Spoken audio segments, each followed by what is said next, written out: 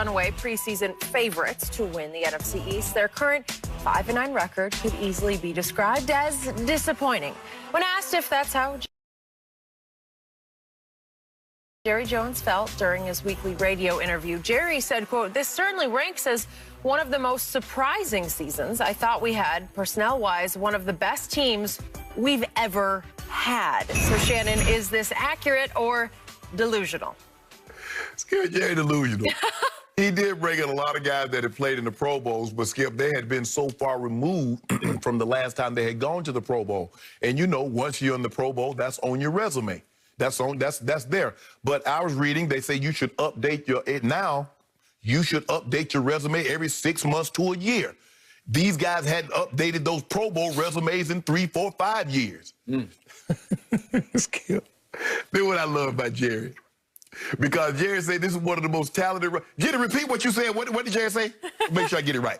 About if it's delusion? No, one of the roster. The exact quote. Okay. He said, as one of the most surprising seasons ever, he thought personnel-wise this was one of the best teams we've ever had. Ever.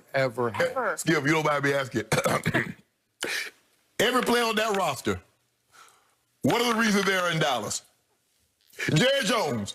So what the hell do you expect him to say? That's like a chef saying, this is one of the best menus I've ever put together. You put it together. What do I expect you to say? Just some trash I'm serving? Jerry Jones, this is very self-serving, bro.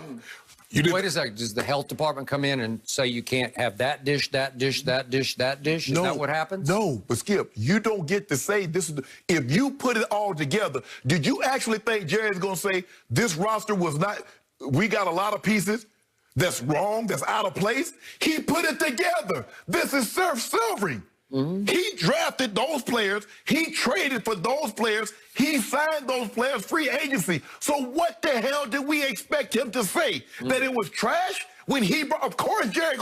When have you ever known Jerry not to pat himself on the back? Skip, the old saying is every frog will praise his own pond. He got the deepest, bluest waters, the nicest lily pad, the prettiest fish. Of course. What did you expect Jerry to say when he drafted or the reasons why every player is there? Exactly what he said. I'm sorry, I am with Jerry on this. If you just go back to opening day to start with, they had this, they were tied for the second most Pro Bowlers on any roster in the NFL. If you go back to mid-off season, and I'm going back there right now, they were running away with Pro Bowl players. Because if we go back before all hell broke loose, they had 27 returning, they had 27 Pro Bowls to the credit of all their offensive starters, okay? So combined, they had made 27 Pro Bowls. Right. That's extraordinary. Right. You can't find that. Okay. But that was with Ty Smith, who had 7. He lasted 2 games. He's gone for the year.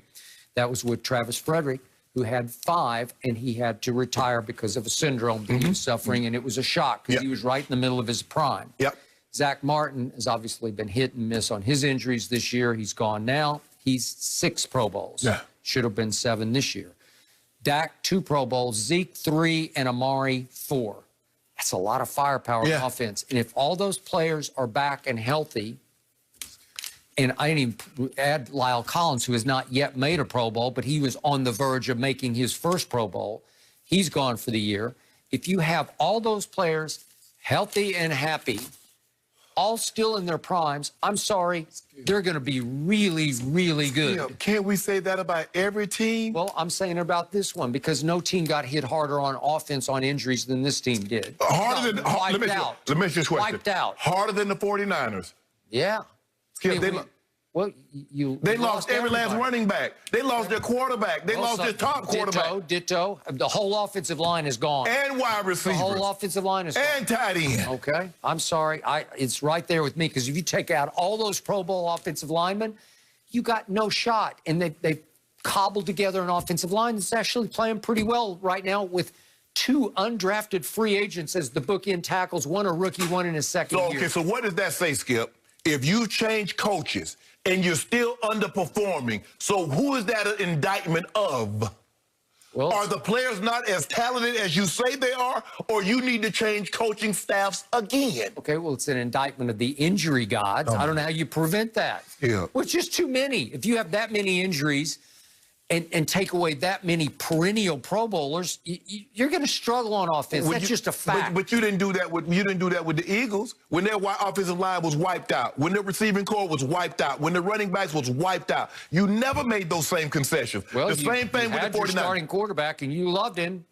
Okay, so Skip, so you remember what happened when your offensive line was bad and Dak didn't have anybody to throw to? You remember what happened when Zeke was out and Dak got sacked 8 times and he looked terrible, and you had to make a trade and give up 2 first-rounders for Amari Cooper. So you could have all your starters. There's a reason why Brady left. Brady was healthy, but you need weapons.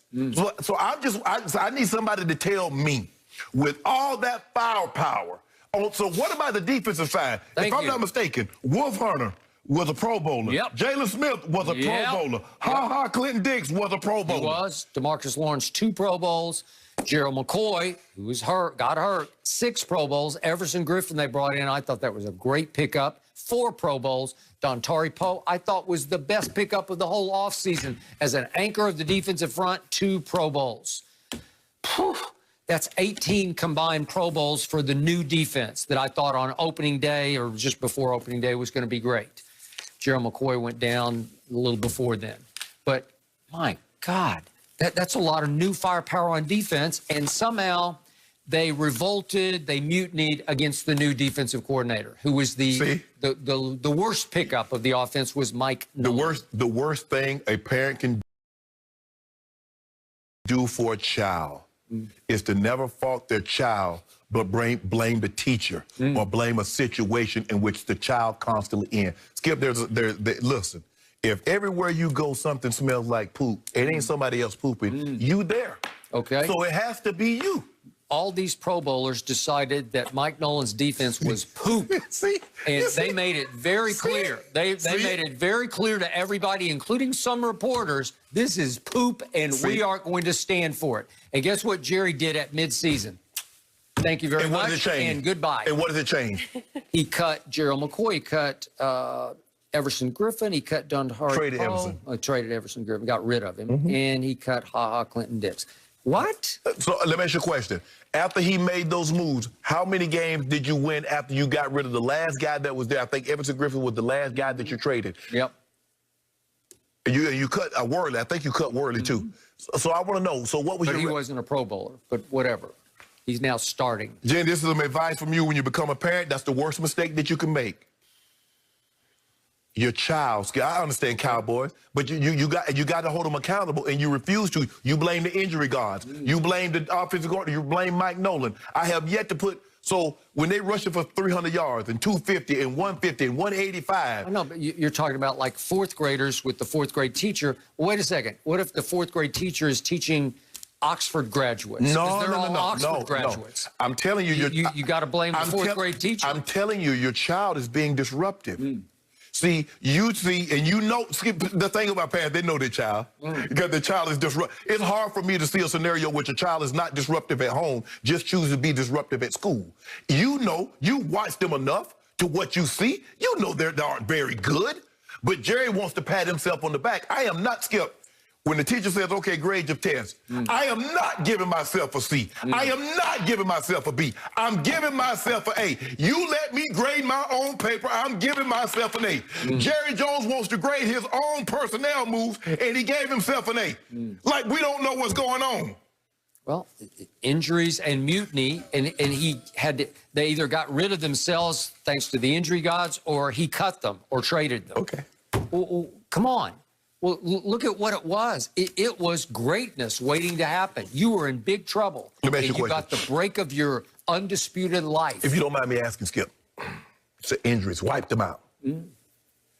Did Dak finish the season healthy last year? What about Zeke? What about Amari? What about Zach Martin? What about Travis Frederick? What about Tyron Smith? What about Wolf Hunter? What about Jalen Smith? What about D-Law? Tell me the guy that finished on IR last year, and did you make the playoffs? Okay. Coach's fault. Blame the teacher.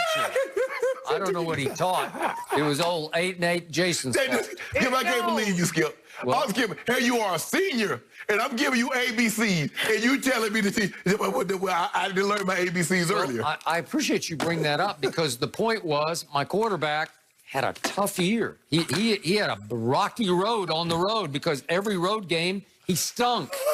He stunk at New England, and he stunk at Philadelphia, and I could just go on and on about stinking at the Jets. It was one game after another where he stunk. And then you said he deserved $42 million, and that was disruptive to this team also, that he didn't get paid the way he demanded to get paid, the way you wanted him overpaid to wreck my salary cap. I'm not trying to wreck your salary cap. I just want the man to get fair compensation. That's it.